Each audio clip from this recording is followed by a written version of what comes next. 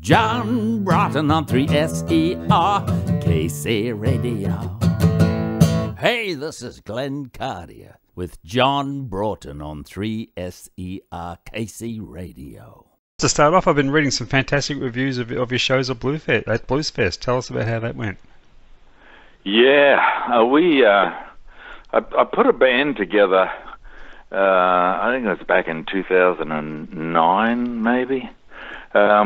I mainly used to play solo, as you probably know, in the folk clubs. But I decided that the songs required a certain arrangement, and I started hunting around for musicians. I took a lot of time off from the scene, and it took me a while to find some musicians that we could hang together and sort of do those songs. And those guys are kind of stuck with me. And I've been to Bluesfest about 3 times now, and each time we just kick it up a notch. And the last performance was a kind of a launch of the new CD, Wild at Heart, and it was a lot of fun.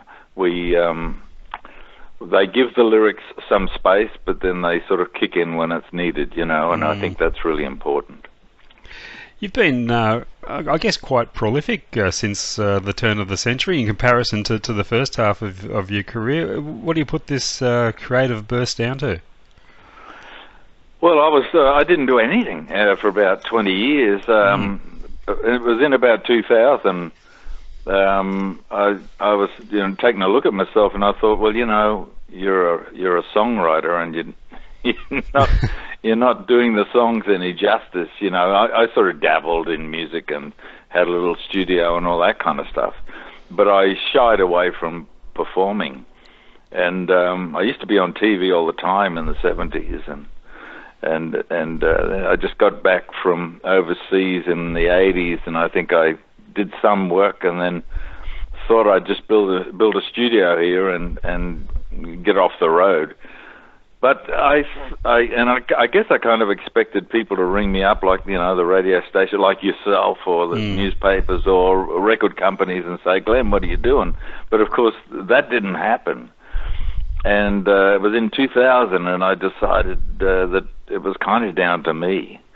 If I was going to call myself a writer, then I really had to write. And I even considered maybe doing it under a band name, not being Glenn Cardier, because I thought, well, this is going to be a whole different bunch of music that I'm going to be writing, and maybe the my past career might not help the new career, but in the end, it's all the same career, So I came back out. I did a CD called Rattle a Cage for my loved ones and friends only. It didn't have a barcode on it or anything like that, and it started to attract some attention. The songs. I guess with me, it's always the songs. I try to muddle through with my performance of them, but I really do care about the structure of the songs. And those songs, the record wasn't so much released as escaped, just it got out there. And especially in Darwin, places like that, that people started to really love the songs, and that was combined with the resurgence of blues and music festivals. I thought, well, it's time to drag the old Martin out from under the bed and give it a strum and see how I go. And so I guess here we are, John, and 19 years later. Just the same, though, do you think you'd be making the records you're making now without that extended break that you had? Do you think it was breaking? I don't think so. I get your point. I don't think so. I guess I wasn't too focused on a career at all back in the first half of my career. I didn't kind of stumbled into performing. I was a quirky folkie. I played the folk clubs in overseas and all that sort of stuff. Having taken all that time off from performing and releasing stuff, I guess I'm more focused now. I really think since 2000, the number of CDs that I've released, I can't remember how many there are. It's about 5 or 6. The writing is, it shows a kind of, there's cohesion to all the songs, yet each CD is a little different in its nature. And I think writing is really strong now, and I'm happy to call myself a songwriter. If we could write it on our passport, I'd probably do that. But I think Wild at Heart is kind of a culmination of all that. Yeah. Was there a particular sound you were chasing with this record? Yeah, I was after something that was a little more like a hard strummed acoustic sound. A whole bunch of people maybe on a back porch, or I wanted it to be more rootsy in its arrangement, and I was a bit tired of all this correct singing and auto tune and all that sort of stuff that you hear all the time. Yeah. I really wanted it to be a bit more natural, and I wanted the lyrics to be mixed up a little higher, and the delivery was a little bit more spoken than sung. And I think it's worked. I think these particular characters and circumstances that the songs take us through really shine on this CD. They sure do. Some of the reviews I've read have made a Americana reference to the sound. Are you okay with that? Yeah, well, it's not so much Aussie folk, is it? It is. I mean, I grew up with rock and roll, so I mean, that's when I hear something from Sun Studios or Chess Studios or something like that, that just grabs me. I did spend a bit of time in the States. My daughter lives in the States. And you get a sense of, you kind of breathe it in over there. They have blues days in Memphis, and there's more opportunity to hear some of the music that's being made in America. Maybe not the pop stuff, but just locally in Virginia and in the South. I find it fascinating, and I was taken by the cadences of the language, and I don't really sing in an American accent or anything like that, but it was the whole. I was over there listening to or soaking up the political climate at the time and the music. I spent a bit of time in New York as well, and I guess that influenced a number of songs on the CD, and I visited BMG over there, who had my publishing, and talked to them. And I thought, I think the CD kind of, it does reflect maybe the deep south or the deep north here, but it does reflect a certain southern noir, as they've been calling it. That kind of southern gothic style of music, which seemed to suit the characters in Wild at Heart. For sure. But there's still very much an Australianness about the songs and the characters in there as well. I totally agree. There's certainly that larrikin side, Yeah. I mean, I'm never going to lose that. The humour, I think, is Australian. It's probably just that in this record, you can have a line that's funny, but it can be kind of sad all in the same time. And the characters in these songs are kind of reflecting some sort of regret, but also hope at the same time. So it's a multi-layered kind of CD. And I think with the lyrics as they're presented in the CD sleeve, they were written more as like chapters of a book rather than verses of songs. Mm-hmm. And I was more interested in that. I was very happy with the way the whole package turned out, particularly the artwork. So looking at the songs, would you say there's a theme, a common thread that links them all together, a recurring theme, for want of a better word? Yeah, I do, John. Yeah, and that occurs in all the albums, like if you look back at Cool Under Fire and Stranger Than Fiction and all the recent albums, they seem to reflect It's a bit like they're all, you know, different movies or different novels. You know, they have a certain look or sound to them. Cool Under Fire was looking back at the early. It was like a drive back through the past. Mm. Wild at Heart, I think they do hang together in a kind of a. If somebody was going to make a movie of it, it would be easy. You know, the scenes kind of hang together, although it's not a narrative or anything like that. But I do think in terms of albums, and I'm a bit conflicted at the moment because I just don't know whether an album is a currency anymore. You know, we live in a world where there's 25-second videos can kickstart a career. That's not going to happen to me. You know, I'll come up with 10 or 12 songs. And looking back at them, I realized that they all belong with each other. They might all sound a little different, but it seems to reflect a certain mood. And these characters are trying to make amends, or they're having difficulty staying, but they're promising to come back. They're very complicated characters living. On the surface, they might appear to be very simple and doing it tough. And they have brushes with the law, but. And they're very terrible at relationships. But I really care about the characters. You know, these people have their dignity, and I think that the more you listen to the record, the more that sort of comes through. So what period of time do these songs cover? Were they all written in the last couple of years since the last record, or some have been helped? Yeah, no, they were all written since Cool Under Fire, which was about 2016. So about 2-3 years, maybe 2 years. It's the first CD that I think I've put a cover song on there. You know, I covered Mickey Newbury's Just Dropped In to see what condition my condition was in. That's a song I've always liked, and I thought that I could do it justice with a particular arrangement. You know, we've got the Kenny Rogers version the New Edition version was a big hit, and Mickey's own version. But I think I've brought a little,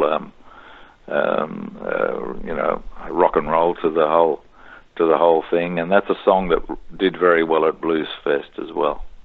Very rare for you to take on a cover. What was it about that song that really made you want to take it on? I thought the lyrics fit the whole vibe of the other 10 songs that I had. I thought the voice and the story of Just Dropped In fit pretty well with these other characters who might be exploring certain substances just to try to get by, you know. And I think Mickey Newbury was trying to do that with that little psychedelic country record. Mm-hmm. Now I don't know. I just went with the flow, you know. I mean, that's just kind of like the song was there. I had an idea for an arrangement. I kicked it around with the band, and it really just rocked. Yeah. And we played it at Bluesfest, and that's history now. It's there. For sure. Well, it slots in beautifully with the other songs on the record. Absolutely.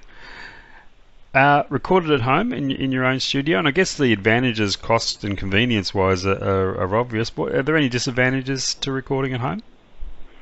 Yeah, I think the parrots flying by and the cicadas. Yeah. Sometimes I have to get up at about 4 a.m. just to beat the cicadas. You know, just if I'm doing a vocal, but you don't sing that well that early. And but a couple of times I've been mixing the song at home, and I think, what's that hiss? What's that noise? You know, and I'll isolate a track. It might be an acoustic guitar track or a vocal track, and you can hear this sizzle of cicadas in the background. So I've had to sort of redo a whole bunch of stuff.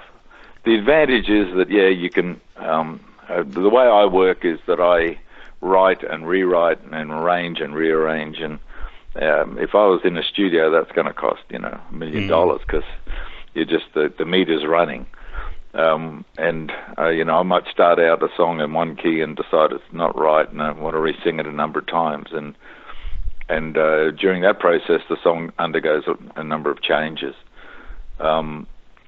I've learned over the years to be able to play, a lot of instruments. I don't play them all well, but I sort of play them okay, and so I map out the song myself at home.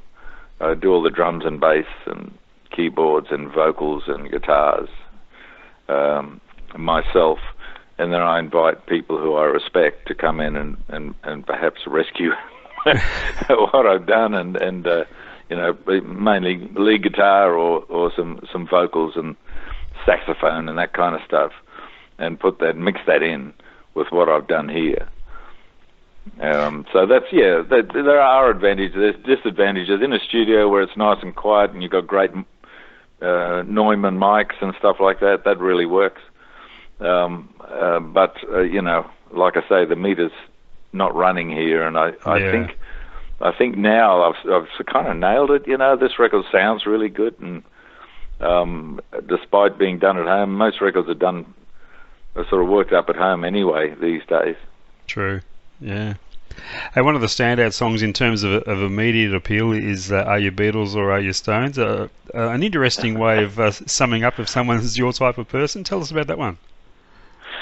Yeah, well, I don't know where these quirky. That's on the quirky side. I got a lot of quirky songs, I think I cut my teeth on that in the early folk scene, where you'd come at a certain subject matter from a bit from left field, and the premise of the song was I think somebody's chatting up somebody at a party or something, and trying to find common ground, and it's not forthcoming. And it just occurred to me that some people say they're Beatles people and some people say they're Stones people, and I thought it was going to. I kind of thought that it's pigeonholing me into a certain era, and I wasn't really. I didn't know about that, but then the Beatles and the Stones are so much a part of our culture that I thought I'd go with it and see where the song would take me. And it turned out great. It's a real talking point, and it was just put together as a kind of a bit of a, not comedy relief, but a light relief in amongst the other darker songs, but it's turned out to be something that a lot of people are really enjoying. Yeah. Have you noticed any changes in yourself in the way that you approach songwriting these days as to in the past? Well, when I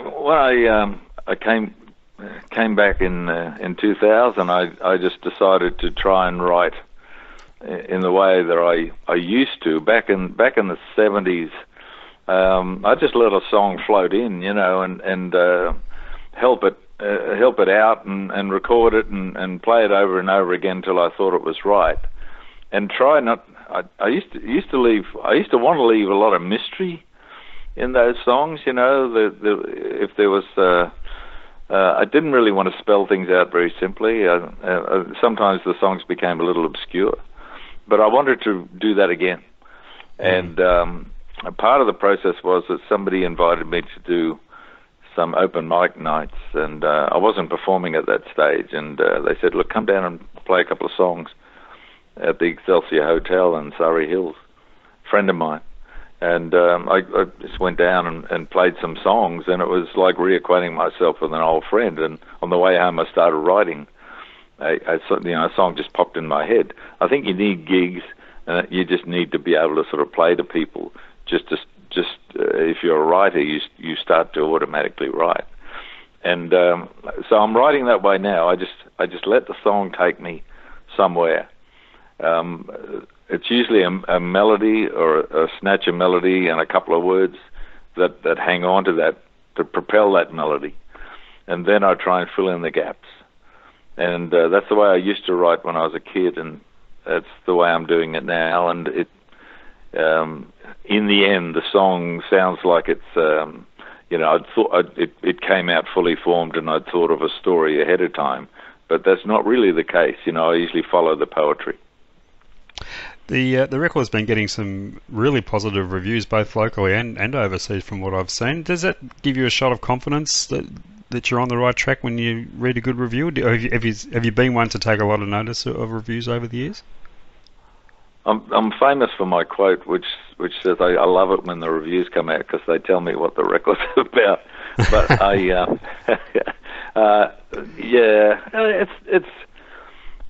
all part of the process. As an artist, I guess you're riddled with self-doubt during the whole process. you leap into it. You stare at the blank page, and all of a sudden, you're creating. You're not sure what you're creating. You're not sure how it's going to turn out. You're not sure if you're on the right track. You want it to be a little different to last time. And then you get it pressed up, and then there's this awful week or two where there's nothing. It just it just comes out, and you think, it's a bit like a novelist. He finishes his novel after about 20 years, and he's facing the prospect of maybe having to write another one without any good reviews. But the reviews have been really positive, and I was kind of secretly kind of confident that maybe this record really had something special, and it's just lovely that people have hopped onto it. The overseas part, we can't work that out. Those reviews arrived about a week or two after the record was released. And they're in Spain and America and all sorts of places. So I guess there's little pockets of people overseas that are waiting for the CD, and they didn't just give it a cursory listen. They wrote a pretty good review of all the songs, So they've jumped on the record straight away, and I still have no idea how they got it. It's probably Spotify or something like that. It's a beautifully packaged CD, which is something I'd love to see these days, because it's becoming more rare for people to really take care in putting out a hard copy of an album. Tell us about the photography. There's some wonderful photography in there. Yeah. There is. I really wanted. That's really important to me. It's an artifact. I really wanted it to look good, and I found an old photograph for the cover, and it just summed up the whole that young, wild abandon of those two people on the cover. With the old car, and on the back cover. There's a picture of an old phone box on the side of a highway and a pair of headlights approaching, and that's summed up in a song called "I'll Make It Up to You." And I put together the artwork as well, because I was an art teacher back in an early life, and I do enjoy visual art as well as songwriting. And my wife Caroline took a number of photos for the pages inside, and I just wanted it to have a certain look about it. And like I said, I still think in terms of albums, and I hope the album isn't dead. I really hope that albums survive. I guess I even think in terms of A-sides and B-sides of records, So I mean, I don't know about that, but you bring out a single, you think, what's the A-side, or what's the single? That's the other way. That's what they used to tell me at Festival Records back in the old days. You got to have a single. Well, I guess another thing that's changed too about the album as an art form is the sequencing of the tracks. And these days of streaming and downloads, do you still pay a lot of attention to the sequencing? I do. I wondered. I mean, any person who's put together an album will tell you that they've done multiple running orders. You sit down with a bit of paper or a word processor, and you just try all these different running orders. And I mean, there's all sorts of ways you can go about it. A lot of records these days will start with the big song, and take you on a journey, and it doesn't really matter sometimes what happens after that. If you're thinking in terms of albums, some albums just will start with something very light and tempting, and ease you into the record, and it builds over the number of tracks. Other albums might take you in and then drop it down, take it up, drop it down. And I think I've done that with this record. It drops down track 3, "Wild at Heart," the title song. I think that's a nice spot for that song. So you're running the songs through your head, and you're kind of thinking, well, what's next? What does it need next? And Just Dropped In, and all the other songs that are on there. And also you're looking at the story, you're looking at the keys of the song, whether there's not too many of the same key all in a row. There's lots of things to consider. Yeah, sure. So at the end of the day, Glenn, what would be your hopes for this record? What would be a good result for you? Well, a good result for me would be that these songs, maybe not me, but these songs get heard by as many people as possible. I think they're pretty strong, and I'm not talking in terms of the fact that I wrote them. Sometimes it's like I was sitting here and they drifted by, and I just helped them down, and recorded them. I kind of look at the songs as kind of separate from myself. I really admire them.